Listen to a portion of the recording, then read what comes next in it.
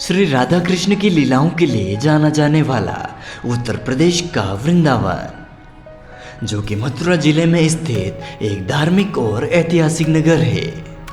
इसी वृंदावन में स्थित है भगवान श्री कृष्ण का विश्व प्रसिद्ध श्री बांके बिहारी मंदिर। यह मंदिर अपने अद्भुत चमत्कारों, रहस्यों और मान्यताओं के कारण दुनिया भर में विख्यात है। जी हाँ दोस्तों, इस मंदिर में भगवान के दर्शन करते समय बीच बीच में पर्दा डालने, ठाकुर जी की मंगला आरती नहीं करने और भगवान की मूर्ति के स्वयं यहाँ पर प्रकट होने के पीछे की कई कहानियाँ और रहस्य है। आइए आपको इस मंदिर की संपूर्ण जानकारी देते हैं। साथ ही इस मंदिर में स्थित भगवान श्री बांके बिहारी के दर्शन भी आपको करवाएंगे। तो आप इस वीडियो को पूरा जरूर देखिएगा। चैनल को सब्सक्राइब कर नोटिफिकेशन बेल को जरूर दबाएं और मेरे साथ बोलिए जय श्री कृष्ण। नमस्कार दोस्तों, स्वागत है आप सभी का D2 फैक्ट यूट्यूब चैनल पर। तो दोस्तों शुरुआत करते हैं भगवान के यहाँ पर प्रकट होने की कहानी से। पौराणिक मान्यताओं के अनुसार स्वामी हरिदास जी भगवान श्री कृष्ण के अनन्य भक्त थे। वह भगवान श्री कृष्ण की प्रेम भाव से भक्ति किया करते थे। भक्त स्वामी हरिदास जी वृंदावन में स्थित श्री कृष्ण की रास स्थली निधिवन में बैठकर भगवान को अपने संगीत से रिझाया करते थे। भगवान श्री कृष्ण ने स्वामी हरिदास जी की भक्ति, भजन और साधना से प्रसन्न होकर भगवान श्री कृष्ण और राधा रानी ने उन्हें दर्शन दिए। स्वामी हरिदास जी ने भगवान से निवेदन किया कि वे उनके साथ यहाँ स्थायी रूप से निवास करें ताकि वे हमेशा उनकी सेवा कर सके। इस पर भगवान श्री कृष्ण और राधा रानी निधिवन में काले रंग की मूर्ति के रूप में प्रकट हुए। इस दिव्य मूर्ति को बांके बिहारी के नाम से जाना गया। बांके का अर्थ होता है टेढ़े मेढ़े और बिहारी का अर्थ है वह जो ब्रज भूमि में विचरण करता है। इसके बाद कुछ दिन तो स्वामी हरिदास जी ने निधिवन में ही बांके बिहारी जी की पूजा की। उसके बाद अपने परिजनों की सहायता से बांके बिहारी मंदिर का निर्माण कराया। 1860 से पहले यह मंदिर कैसा था और किसने बनाया, इसकी कोई पुख्ता जानकारी नहीं है। लेकिन इसके बाद इस मंदिर का निर्माण 1860 में हुआ था तथा यह राजस्थानी वास्तुकला का एक नायाब नमूना है।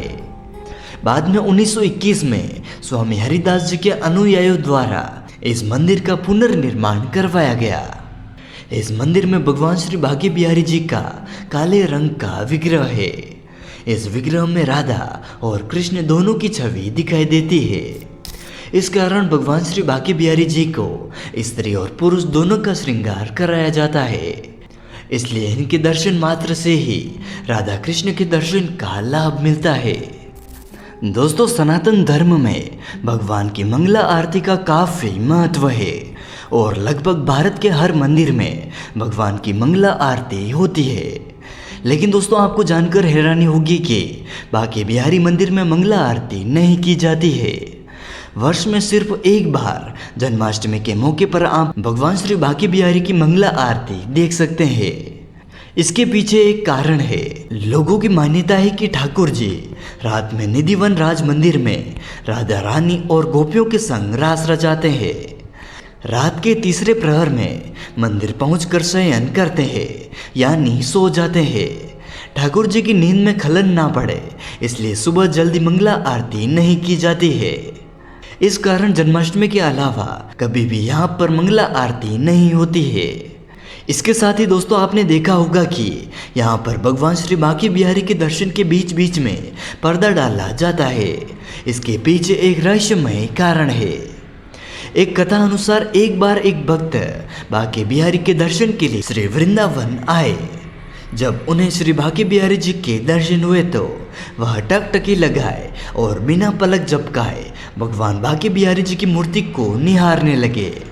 तब भगवान उस भक्त के प्रेम में वशीभूत होकर उनके साथ ही चल दिए। जब पंडित जी ने मंदिर में देखा कि भगवान की मूर्ति नहीं है तो चारों तरफ कोलाहल मच गया। बाद में भगवान के उस भक्त के बारे में पता लगाया गया और उन्हें ढूंढकर भगवान से बड़ी मनुहार कर वापस मंदिर में लाया गया।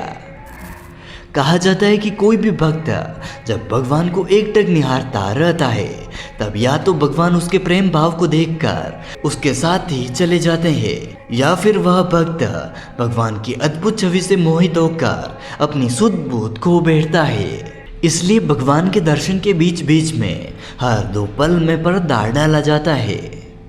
दोस्तों इसके साथ ही कहा जाता है कि भगवान श्री बांके बिहारी आज भी रात्रिकालीन समय में अपनी प्रकट स्थली निधिवन जाते हैं और रास रचाते हैं। इसी कारण आज भी कोई भी रात के समय में रिधिवन में नहीं रह सकता है। प्रत्येक वर्ष मार्गशीर्ष मास की पंचमी तिथि को भगवान बांके बिहारी मंदिर में बांके बिहारी प्रकटोत्सव मनाया जाता है।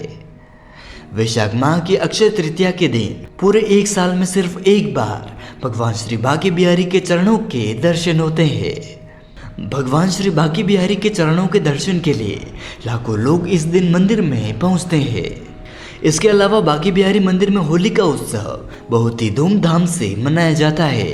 इस दौरान भगवान बांके बिहारी जी भक्तों के साथ होली खेलते हैं। इसे फूलों की होली कहा जाता है, जिसमें भगवान के भक्तों पर फूलों की बौछार की जाती है।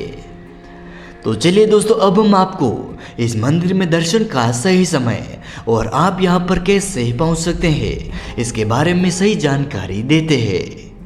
दोस्तों इस मंदिर में दर्शन का समय हर समय बदलता रहता है, लेकिन आप सुबह 8 बजे से दोपहर 1 बजे तक और शाम 4 बजे से 9 बजे के बीच आप दर्शन के लिए यहाँ पर जा सकते हैं। बांके बिहारी मंदिर उत्तर प्रदेश के वृंदावन में स्थित है। मंदिर तक पहुंचने के लिए कई सारी सुविधा है। सबसे नज़दीकी हवाई अड्डा आगरा एयरपोर्ट है, जो कि यहाँ से करीब 70 किलोमीटर की दूरी पर स्थित है।